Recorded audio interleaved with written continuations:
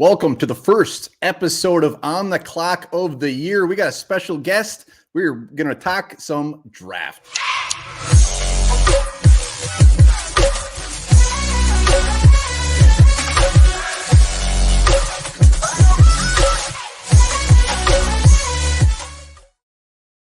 All right, like I said, we are going to be talking some draft. We got a special guest, Kyle Stackpole, NFL draft editor at CBS Sports. Lupagus and I have been talking a little bit of draft, but we're kind of talking out of our ass. So why not bring somebody in that knows it, that can give us a scoop? We know it's early. But like we were talking before we started, everybody has the draft appetite, and we are hungry. I'm going to make sure to put down his links, his Twitter down in the description, so be sure to hit that up. He just put out a mock draft. Was it last week, 5-6 days ago?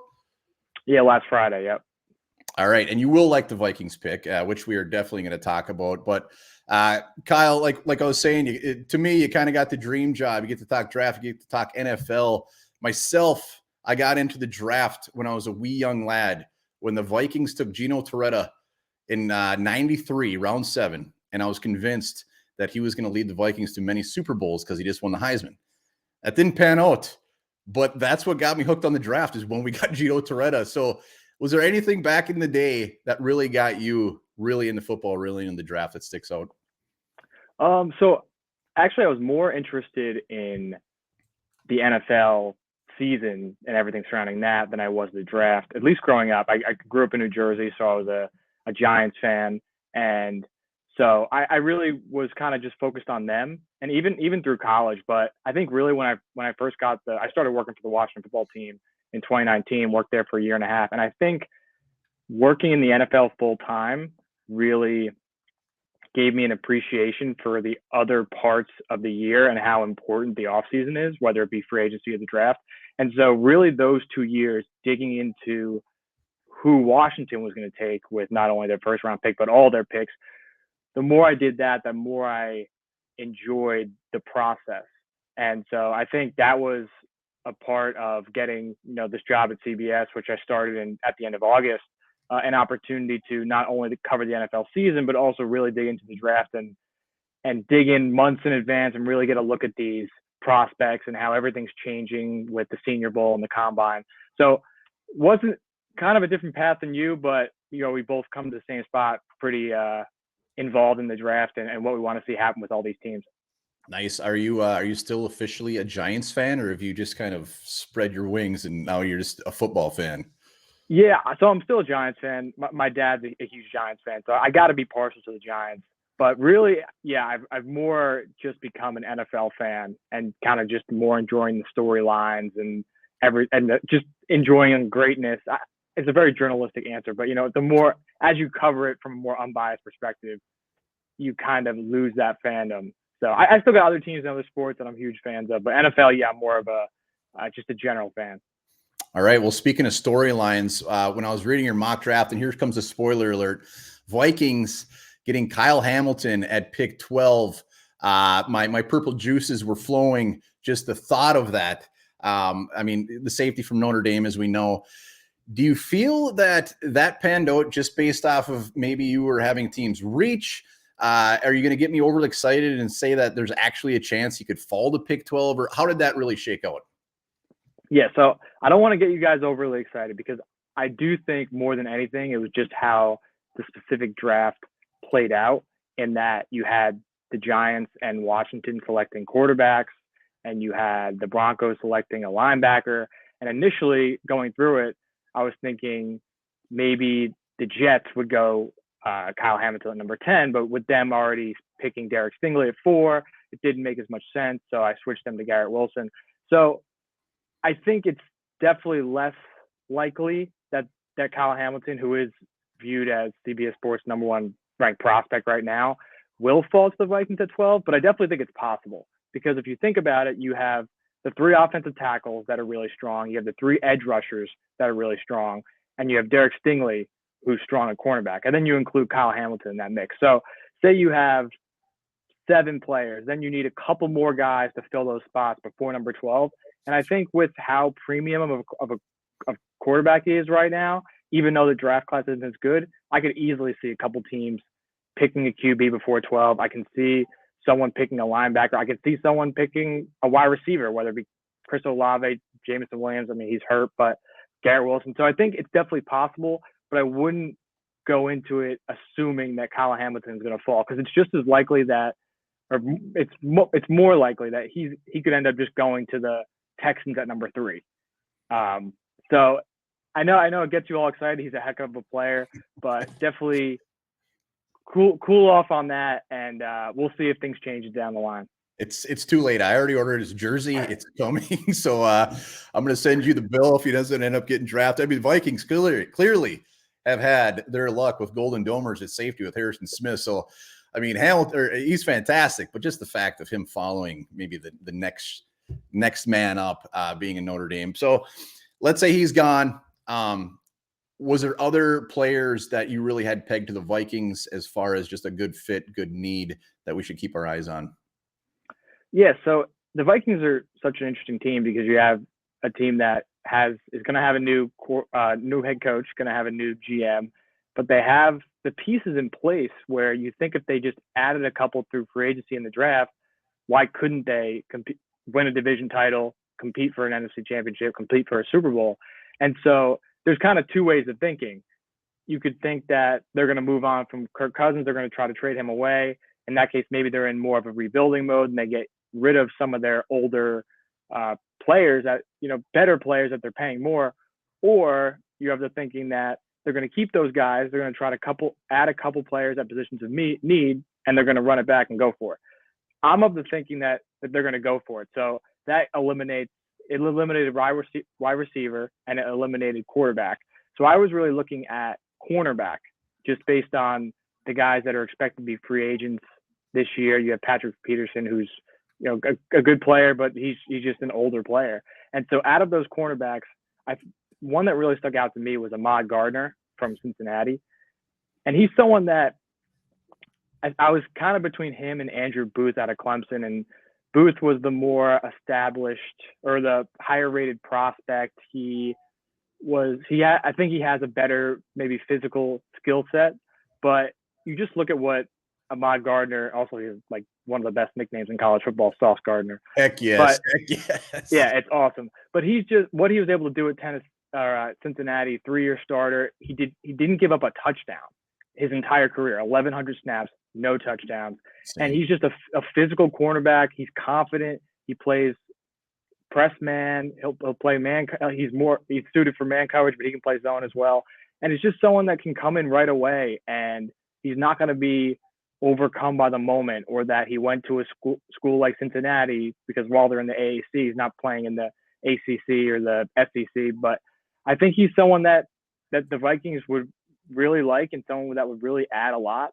But I think cornerback definitely would be a position to look at, just because at that spot, I think there's going to be the best talent available. The best player available at that spot in terms of the Vikings' position of need is probably going to be cornerback. So I like Sauce Gardner, if not for Hamilton. And if Gardner's gone, maybe Andrew Booth.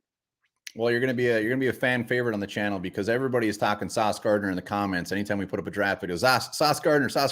I think probably 40% of that is just because his nickname is Sauce and everybody wants him there. But he's fantastic. And I was actually going to ask you between Andrew Booth and Sauce, if you were starting a franchise from the ground up, you had nothing, and it was between Sauce and Booth, who are you taking? I think I would take Sauce, and I like how we're just abbreviating it now and just calling him Sauce. But I just think it's because you know what you're going to get, and he's shown that he can be dominant against anybody, and he showed that against Alabama. And I just think it's more of a sure thing, and I think just his demeanor and confidence is really infectious, and it's going to elevate the rest of the defense and the rest of the team. So I think Booth, he could potentially become the better player with development and just like purely skill wise. But I think with all the intangibles, Sauce has to take it. Fantastic. You mentioned quarterback. Vikings are kind of a little bit of a mystery what they're going to do there right now anyways, or for the future. Kirk Cousins obviously is a big question mark. So let's just talk quarterbacks quick. Round one specifically, I believe you had Pickett as your first quarterback off the board.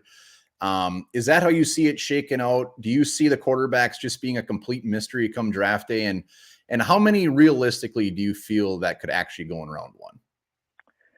Yeah, so in terms of grades and in a traditional year, how many QBs could go? Maybe it would be 2. And with the draft process, you have quarterbacks that obviously move up, and the more they're talked about, the more they inevitably move up because teams are just obsessed with trying to find their franchise quarterback.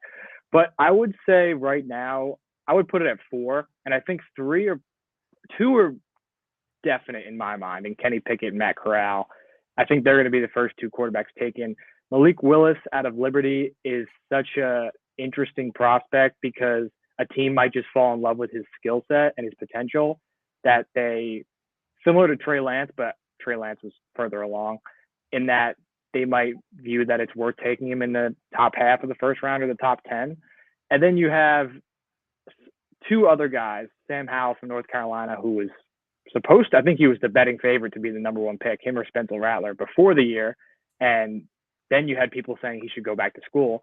He ended up declaring, and Desmond Ritter out of Cincinnati, who had a solid year. So I think both of those guys could jump into the top or the first round. And I think Sam Howell could really do a lot during the Senior Bowl and the Combine to remind people and evaluators of what he did at North Carolina last year and what he's really capable in the NFL. So I would say 4, but I think Pickett definitely has a leg up of being the first quarterback taken just because of his experience. He has 51 starts under his belt. What he was able to do with Pitt this past year, it wasn't a Joe Burrow rise because Burrow was obviously, he ended up going number 1 and now he's doing incredible things in year 2. But from where Pickett was last year to where he is this year, being a Heisman finalist, he was by far the most consistent out of any of the draft eligible quarterbacks. And I just think he has, his skill set translates well to the NFL. And I think he's the most NFL ready quarterback in this draft class, someone who can come in and compete for a starting spot right away, whereas the other guys have a lot of other question marks. Nice. Once again, Kyle Stackpole, CBS Sports. Check out his mock draft. Like I said, links are down in the description. Just talking about this is getting me more and more excited for the draft. And one of the big things about the draft, obviously, is a year or 2, maybe 3 years down the road, is looking at the busts. Every draft has them. They usually have a lot of them. Looking, and I know this is way early in the draft process, but is there a guy that stands out to you? We won't even call him a bust potential, but is there a guy that stands out to you that is just more really high risk, high reward, maybe the guy that might scare you a little bit? Yeah, I think the guy for me, and we talked about him a little bit earlier, is Malik Willis, the quarterback out of Liberty, just because of his physical skill set. I think he is looked at as having the best arm in the class. He is extremely athletic. He's a true dual threat. He can do things with his legs that the other quarterbacks in the draft, and a lot of quarterbacks in the NFL just can't do. But he didn't take that next step that you wanted him to take after a promising season at Liberty last year. He was kind of disappointing, and it came down to decision making, accuracy. He doubled his interceptions from last year from 6 to 12. So he's someone that I worry a team that doesn't have a great structure in place falls in love with him and picks him pretty high. And then there's not the right people around him to allow him to develop and allow him to thrive. And maybe they put him in to play a lot earlier than he's ready. And you know how that happens with quarterbacks. They're not ready, and then that kind of just messes them up, and it could really mess them up for their entire career. So I hope that doesn't happen. And I think with the right coaching and with the right development, Malik Willis can be the best quarterback in this draft class. But I think the volatility with him is definitely there. Yeah, I mean, I could be dead wrong, but a quarterback for the Vikings at pick 12 scares the crap out of me this year. I hope they have nothing to do with that. I hope they roll with Cousins. I don't want them to risk it on one of these guys, but we will see. So that's your boomer bust type of pick.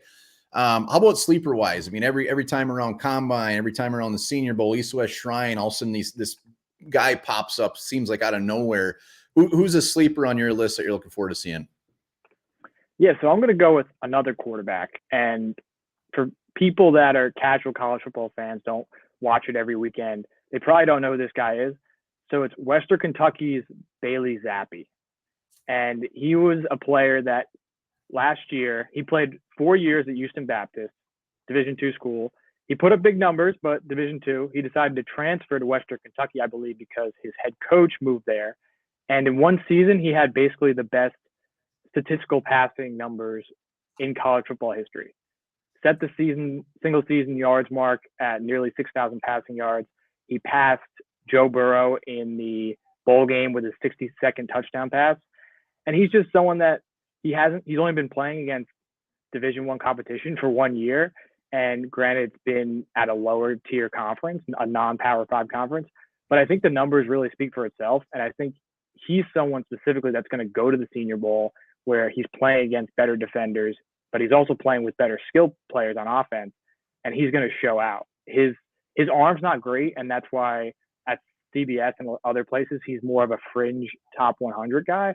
But everything else he does, his accuracy is there. He can move around the pocket. He's not going to really beat you with his legs, but he can at least buy time so the receivers can get open. And I just think the more that scouts see him, and I think a lot of times the production, no matter where you are, especially at the quarterback position, that kind of trumps everything. And with how productive he's been, I can see him getting a lot more publicity, a lot more hype as we get into the combine. And who knows, maybe he sneaks his way into day 2. Wow, give me that name one more time. Bailey Zappi. Bailey Zappi and Sauce are coming to the Vikings. Zappi and Sauce. This is one of the best part about the draft too, is names. I mean, I'm not gonna blow smoke. I love when we get a guy with just a crazy ass name. So I love that. I'm gonna have to check him out, man. Oh yeah, he was incredible all year at Western Kentucky. I mean, Western Kentucky, I don't want to get too into college football, but almost won the Conference USA championship with a quarterback that played Division II last year. He's a crazy story. Yeah, his highlights are insane if you want to check it out. But I don't think he's someone that's going to go in the first round, but definitely an exciting prospect that people might be talking about, maybe just for his name going forward. Nice. Once again, Kyle Stackpole, a couple more just to end it out. But let's talk position-wise in the draft this year. Which one seems to be more stacked than others? Which one are you going to be able to get maybe in the mid to later rounds and get very good value in? Yeah, I think at least the first 2 days, so maybe not the third or the day 3, but I think tackle they have a lot of high-end talent. You have 3 guys that are legit top 5 prospects: Evan Neal from Alabama, Akem Ekwonu from NC State, and Charles Cross from Mississippi State. Actually, one of our draft guys at CBS today had Charles Cross going number 1 overall. And he might be the first person that I've seen take Cross number 1, but I don't think it's out of the realm of possibility. So the fact that you could have 3 tackles that could be vying for that number 1 spot, that kind of puts the position, separates them from other positions. But then after that, you have 7, 8, 9 guys that could realistically go in the first 2 rounds, and they probably won't, so they'll probably spill into the 3rd and 4th. But I think there's good high-end talent, there's good depth, and if you're looking for an offensive tackle, which teams always are, I think this is the year, especially with some other positions down, that you're going to be able to get them in the early to middle rounds and feel good about it. Nice. Sticking to that offensive line, Vikings obviously need help on the interior of that line, center, guard. Tell me there's some sort of depth there that maybe not round 1, maybe it is round 1, but in the first couple rounds that they could possibly find a day 1 starter. So I wish I could tell you there was depth there, but it's actually, I would say, probably one of the weaker positions. It's wonderful. Just great. Yeah. Along with quarterback, obviously, and the interior defensive line. So interior offensive line and defensive line are pretty weak this year. Really the one guy that stands out, and it could really be someone that the Vikings target at 12, if he falls there, is Tyler Linderbaum out of Iowa. He's actually CBS Sports number 1 ranked offensive lineman, which when you consider that you're considering the tackles, and usually they're the ones that everyone wants to grab, the fact that he's the number 1 prospect is really impressive. And there's a decent chance he goes in the top 10, if not the top 10. first half of the first round for sure. So he might be someone available at number 12. If not him, in the second round, there are a couple guys like or Kenyon Green, but he might go in the first round too. He's someone from Texas A&M who has versatility to play. I think he played 4 different positions across 12 starts this year at A&M, and then a guy in Zion Johnson out of Boston College who I think he'll probably go in the second round. But after that, it kind of I wish I could tell you some guys. I'll have to dig deeper into it and message you off this so you guys don't get discouraged when Linderbaum goes off the board in the top 10. But at least just looking at it on the surface level, there's not the depth really doesn't stand out to me. But I'll have to get back to you on that. All right. Yeah. And I mean, as Vikings fans, and again, in the comments, when we bring up Linderbaum, the thought of going center for the second time in 4 years, while it sounds painful, this dude seems like the real deal. So I think we just need to prepare ourselves that might actually be a route they take. Kyle Stackpole, CBS Sports. Check him out. Links in the description. This has been fantastic. Greatly appreciate you hopping on our first episode of On the Clock of the year.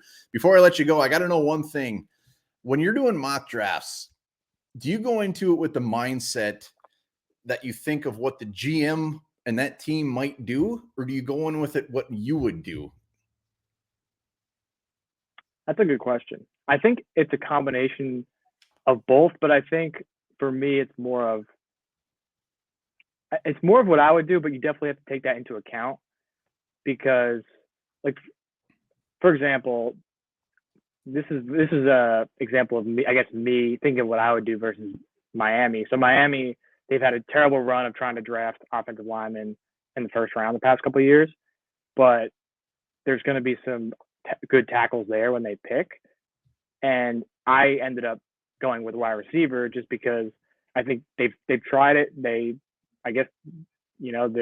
not great at scouting offensive linemen early in the draft, and they've just kind of missed on these guys. So that's an example where I would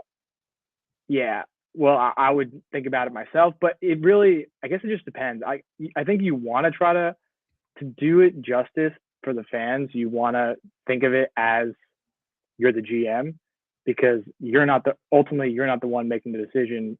They are, and you want to provide who the team is most likely to take. It's not just an opinion piece of who I think they're going to take. So I think more so should be in the mind of the GM and head coach, but there's definitely times when it just makes too much sense that a certain guy should go to a certain team and then it doesn't happen.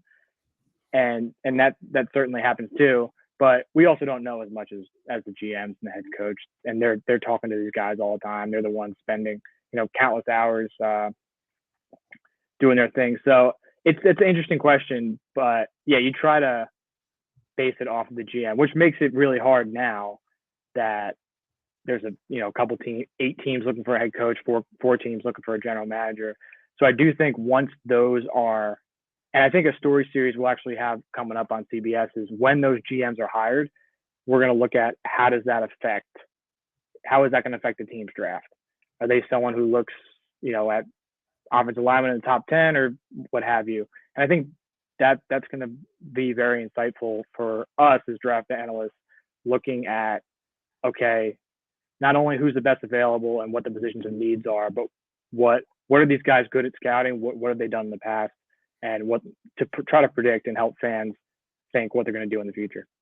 You're going to have it all perfectly laid out. You're going to do all your research. And then a team like the Raiders are going to take an Alex Leatherwood and just blow up every mock draft out there. Yep. Or you have a couple trades. Like I didn't have any trades in this one. And it's just, you can think about doing all these different trades, but then free agency happens and teams that they have the biggest need and that gets filled because they go sign a Pro Bowler for, max contract. It's just, there's a lot of moving pieces, but I think that's what makes it fun. It's ever changing from now until draft day. And even on draft day, like you said, you're going to have moves that to some people make absolutely no sense. And maybe they work out, maybe they don't. But I think it's just the hope of, hoping to get a couple of these guys, whether it be, Sauce Gardner or anyone else that gets fans excited and keeps them invested as we lead up into the draft. Hell yes. Kyle Stackpole, greatly appreciate you hopping on. If you're not excited for the draft after watching this, you have no blood in your body. So thank you, sir. CBS Sports. Check out the links down below. Give them a follow on Twitter. Again, greatly appreciate it. Thanks again, man. Yeah. Thanks so much for having me on.